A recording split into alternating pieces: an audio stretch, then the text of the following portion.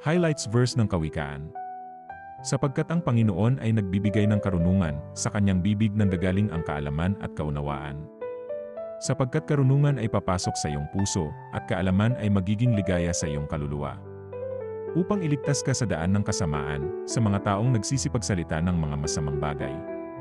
Sapagkat ang matuwid ay tatahan sa lupain, at ang sakdal ay mamamalagi roon. Ngunit ang masama ay mahihiwalay sa lupain, at silang nagsisigawang may karayaan ay mga bubunot.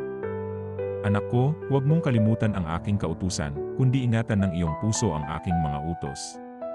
Sapagkat karamihan ng mga araw, at mga taon ng buhay, at kapayapaan, ay madadagdag sa iyo. Huwag kang pabayaan ng kaawaan at katotohanan, itali mo sa palibot ng iyong leeg, ikintal mo sa iyong puso. Sa gayoy makakasumpong ka ng lingap at mabuting kaunawaan, sa paningin ng Diyos at ng tao. Tumiwala ka sa Panginoon ng buong puso mo, at huwag kang manalig sa iyong sariling kaunawaan. Kilalanin mo siya sa lahat ng iyong mga lakad, at kanyang ituturo ang iyong mga landas. Huwag kang magpakapantas sa iyong sariling mga mata, matakot ka sa Panginoon, at humiwalay ka sa kasamaan.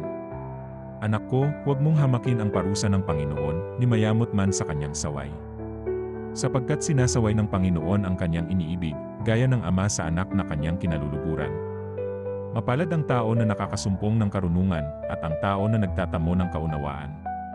Nilikha ng Panginoon ang lupa sa pamamagitan ng karunungan, itinatag niya ang langit sa pamamagitan ng kaunawaan.